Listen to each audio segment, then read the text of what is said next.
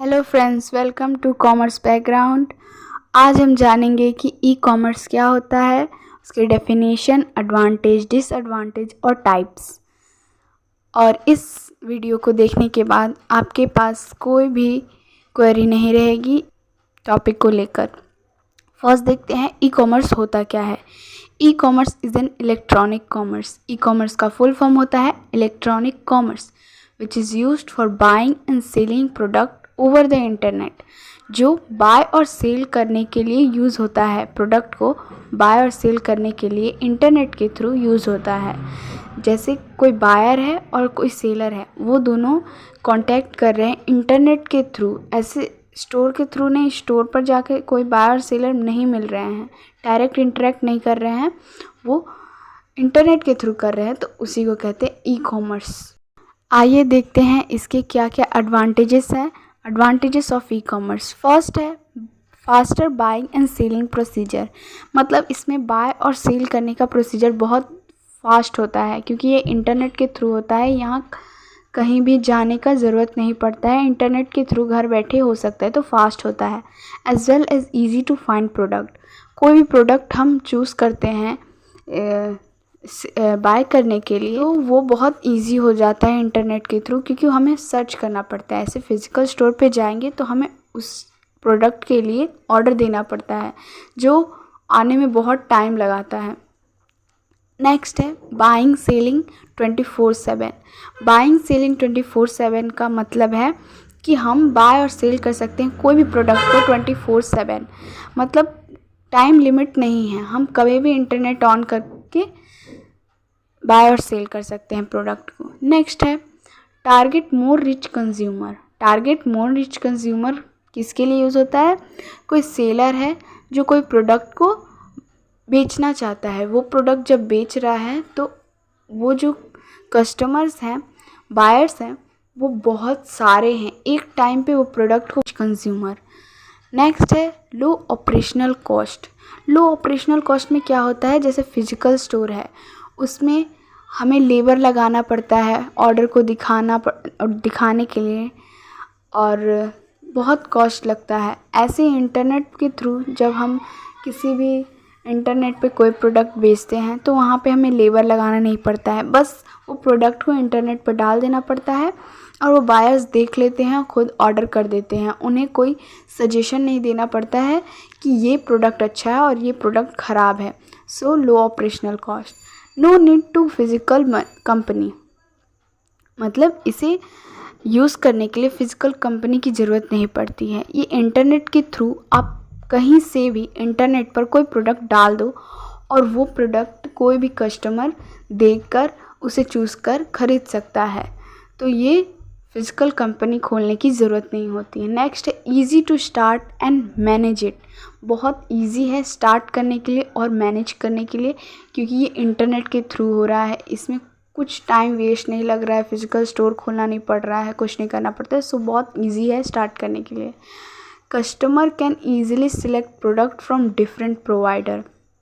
Customer जो है वो डिफरेंट प्रोवाइडर से अपना प्रोडक्ट सिलेक्ट कर सकता है। जैसे मुझे माई ग्लैम का मेकअप अच्छा नहीं लगा, तो मैं दूसरे कोई कंपनी से या ब्रांड से वो अब देखते हैं ई कॉमर्स के कुछ डिसएडवांटेजेस। फर्स्ट है unable to examine product physically. मतलब कोई भी प्रोडक्ट हम चूज़ करते हैं तो उसे हम फिज़िकली अपने हाथ से छूकर नहीं देख सकते हैं। बहुत टाइम पे होता है कि इंटरनेट पे कुछ और प्रोडक्ट दिखा रहा होता है और आता है तो वो प्रोडक्ट कुछ और ही होता है, तो ये एक डिसएडवांटेजेस है ई कॉमर्स का। नेक्स्ट है not everyone connected to internet.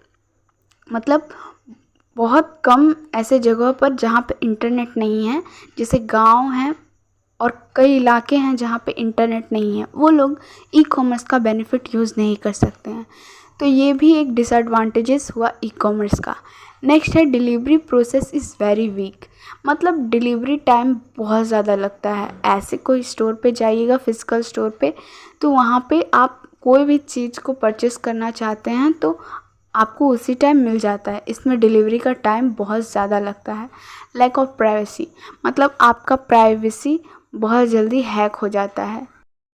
अब देखते हैं ई कॉमर्स के कुछ टाइप्स और मॉडल्स। ये बहुत इम्पॉर्टेंट है, ये तो एग्ज़ाम में आता ही आता है, तो इसे मार्क कर लीजिएगा। फर्स्ट है B2B commerce, B2B called as business to business.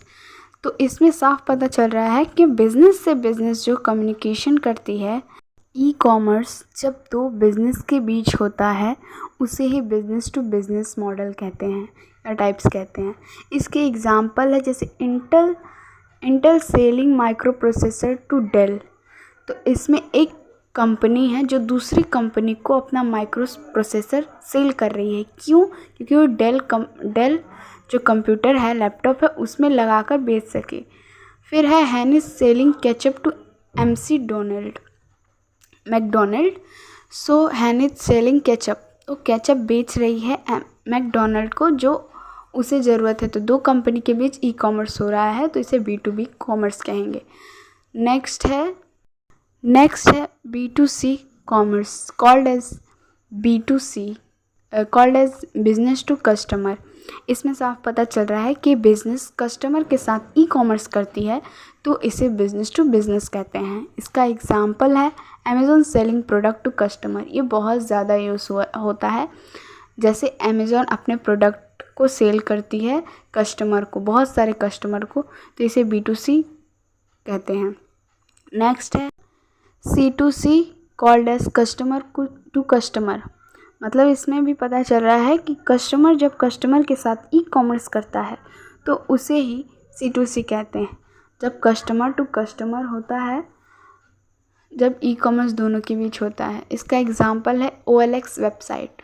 OLX website पे देखिएगा, एक कस्टमर को कुछ बेचना होता है तो अपने प्रोडक्ट को इंटरनेट पर डाल देता है, और दूसरे कस्टमर को जो ख़रीदना होता है वो उसी प्रोडक्ट के लिए ऑर्डर कर देता है, जो उसे परचेस कर लेता है। तो एक कस्टमर दूसरे कस्टमर के साथ बिजनेस कर रहा होता है, तो ई कॉमर्स कर रहा होता है, तो उसे ही कस्टमर टू कस्टमर कहते हैं। ये लास्ट है C2B commerce called as customer to business. जब कस्टमर और बिजनेस के बीच ई कॉमर्स होता है तो उसे कस्टमर टू बिजनेस कहते हैं।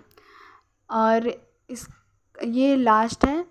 और आपको वीडियो अच्छा लगा हो तो लाइक, सब्सक्राइब और शेयर कीजिए अपने दोस्तों के साथ। और ये मेरा फर्स्ट वीडियो है, सो प्लीज़ सपोर्ट कीजिए।